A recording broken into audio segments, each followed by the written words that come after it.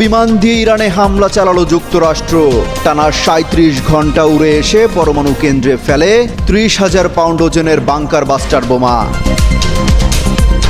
পাল্টা প্রতিশোধ নিতে ইসরায়েলে নতুন করে হামলা চালিয়েছে ইরান।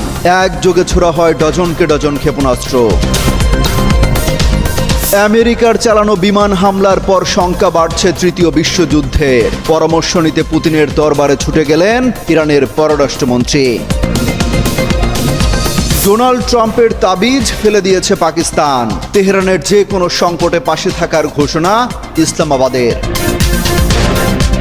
৪ দিনের ব্যবধানে পূর্ব ভূমধ্যসাগর এলাকায় শনাক্ত ৫২ মার্কিন যুদ্ধ বিমান। পরিস্থিতি দ্রুত নিয়ন্ত্রণের বাইরে চলে যেতে পারে শঙ্কা জাতিসংঘের। যুক্তরাষ্ট্রকে শায়েস্তা করতে মার্কিন নৌবাহিনীর জাহাজে ক্ষেপণাস্ত্র হামলার পরিকল্পনা ইরানের। ইয়েমেন থেকেও একযোগে রকেট ছোড়ার হুঁশিয়ারি। যুক্তরাষ্ট্রের তৈরি ভয়ঙ্কর এক বোমারু বিমান B2। বিশাল দেহী এই বিমান এতটাই ক্ষিপ্র গতির আর পাতলা যে শত্রুপক্ষ একে শনাক্ত করতেও পারে না ঠিকঠাক মতো। অত্যাধুনিক প্রযুক্তির এই বিমান দিয়ে মাটির গভীরে সব গুঁড়িয়ে দেওয়া সম্ভব। বলা হচ্ছে ইরান পাহাড়ের গভীরে পরমাণু বোমার কার্যক্রম চালাচ্ছে, যেটা ধ্বংস করতে মরিয়া ইসরায়েল এবং যুক্তরাষ্ট্র। কিন্তু ইসরায়েলের কাছে যে মাপের অস্ত্র আছে তা দিয়ে কোনোভাবেই ইরানের ভূগর্ভস্থ এই কার্যক্রম থামানো সম্ভব নয়।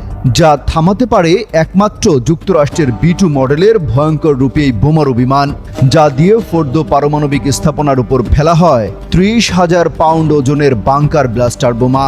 এই বোমার বিশেষত্ব হলো পাহাড় মাটি ভেদ করে কয়েকশো ফুট গভীরে গিয়ে হামলা চালাতে পারে। নিউ ইয়র্ক টাইমসের এক মার্কিন কর্মকর্তা জানিয়েছেন, এই হামলায় ৬টি B2 বোমারু বিমান অংশ নেয়। বিমানগুলো থেকে মাটির গভীরে অবস্থিত ফোর্দো পারমাণবিক স্থাপনার উপর ১ ডজন বাংকার ব্লাস্টার বোমা ফেলা হয়েছে। শনিবারের এই হামলার মধ্য দিয়ে মার্কিন বিমান বাহিনী প্রথমবারের মতো নির্দিষ্ট মডেলের এই বাংকার ব্লাস্টার বোমা ব্যবহার করল। শুধু বোমাই নয়, নৌবাহিনীর সাবমেরিন থেকে নাতাঞ্জ ও ইস্পাহানের পারমাণবিক স্থাপনায় ৩০টি টমাহক ক্রুজ মিসাইলও ছোড়া হয়।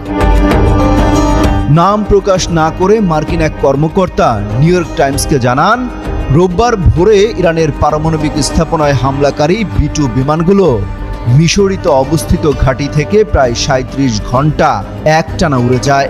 এই দীর্ঘ যাত্রা পথে বিমানগুলো মাঝ আকাশে কয়েকবার জ্বালানি ভরে নেয়। এর আগে নিউ ইয়র্ক টাইমস সহ বিভিন্ন সংবাদ মাধ্যম জানায়, যুক্তরাষ্ট্র প্রশান্ত মহাসাগরীয় অঞ্চলের দিকে অন্তত ২টি থেকে ৪টি B2 স্টেলথ বোমারু বিমান মোতায়েন করেছে।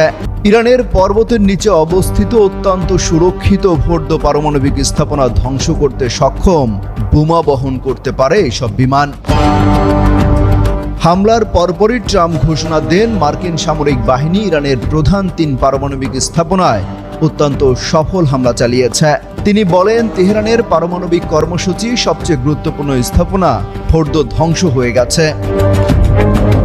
ইরানের হামলায় ইসরায়েল যেভাবে কাবু হয়ে যাচ্ছিল তাতে ধারণা করা হচ্ছিল যে কোনো সময় ইসরায়েলের হয়ে ইরানে হামলা চালাতে পারে যুক্তরাষ্ট্র।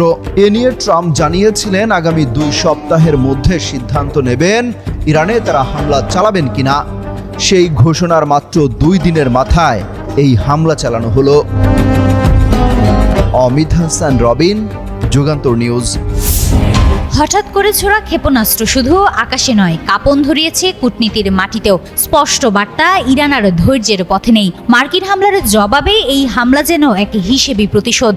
একের পর এক বিস্ফোরণে কেঁপে উঠছে সীমান্ত অঞ্চল, আর পর্দার আড়ালে সক্রিয় হচ্ছে যুদ্ধের অচেনা সমীকরণ।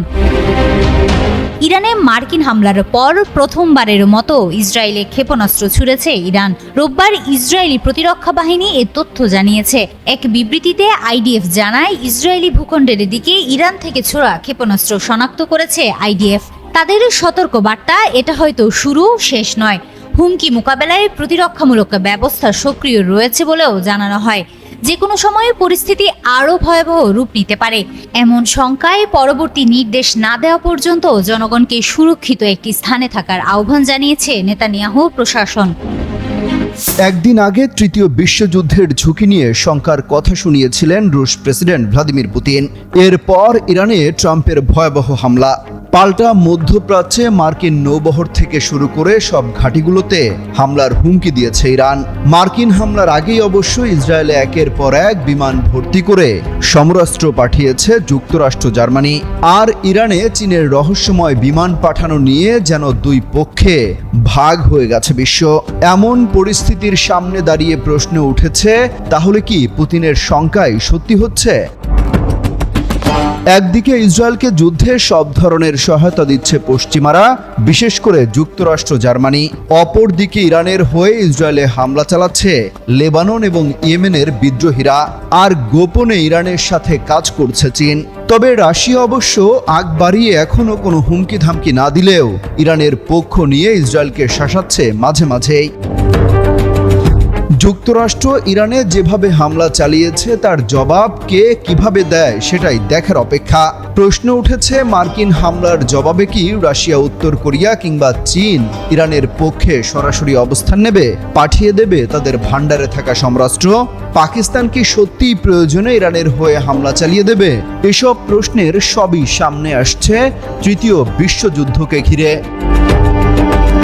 রুশ প্রেসিডেন্টের শঙ্কা, ইসরায়েল এবং ইউক্রেন যেভাবে আচরণ করছে তাতে তৃতীয় বিশ্বযুদ্ধের ঝুঁকি বাড়ছে।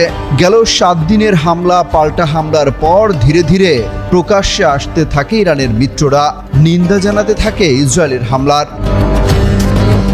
অমিত হাসান, রবিন, যুগান্তর নিউজ। ইরানে মার্কিন বোমা হামলার পর বৈশ্বিক উত্তেজনা যখন তুঙ্গে, তখন ইসলামী দেশগুলোর সর্বোচ্চ কণ্ঠস্বর হয়ে উঠেছে পাকিস্তান। দ্বৈত নীতির বিরুদ্ধে প্রতিবাদ, ইসরায়েলের আগ্রাসনের নিন্দা আর ট্রাম্প প্রশাসনের চাপ উপেক্ষা করে পাকিস্তান স্পষ্ট জানিয়ে দিয়েছে তারা আছে ইরানের পাশে। রোববার ভোরে ইরানের পারমাণবিক 3টি স্থাপনায় একযোগে বোমা হামলা চালায় যুক্তরাষ্ট্র। মুহূর্তেই কেঁপে ওঠে তেহরান, বিস্ফোরণের প্রতিধ্বনি বেজে ওঠে কূটনৈতিক অঙ্গনে, আর বিশ্বজুড়ে উদ্বেগ বাড়তে থাকে এই আগ্রাসন ঘিরে। সকালে তুরস্কে অনুষ্ঠিত ইসলামী দেশগুলোর সংগঠন ওআইসির 51তম পররাষ্ট্রমন্ত্রী সম্মেলনের বিশেষ অধিবেশনে পাকিস্তানের উপপ্রধানমন্ত্রী ইসহাকদার বলেন, ইরানের বিরুদ্ধে মার্কিন ও ইসরায়েলি হামলা গোটা বিশ্বের নিরাপত্তার জন্য হুমকি।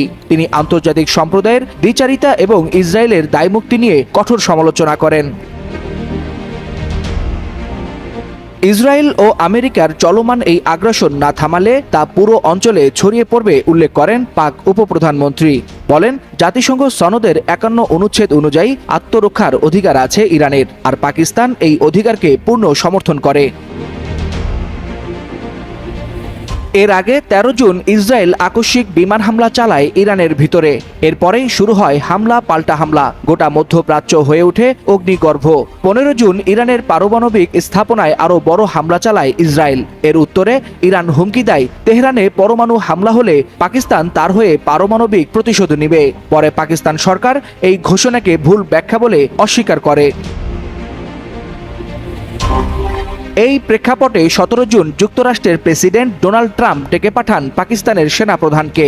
ওয়াশিংটনে দেয়া হয় ইরান বিরোধী উপদেশ, যাতে পাকিস্তান পুরোপুরি ইরান ঘেঁষা না হয়। বিশ্লেষকরা বলছেন, এটি ছিল ট্রাম্পের দক্ষিণ এশীয় ভারসাম্য নষ্টের কৌশল।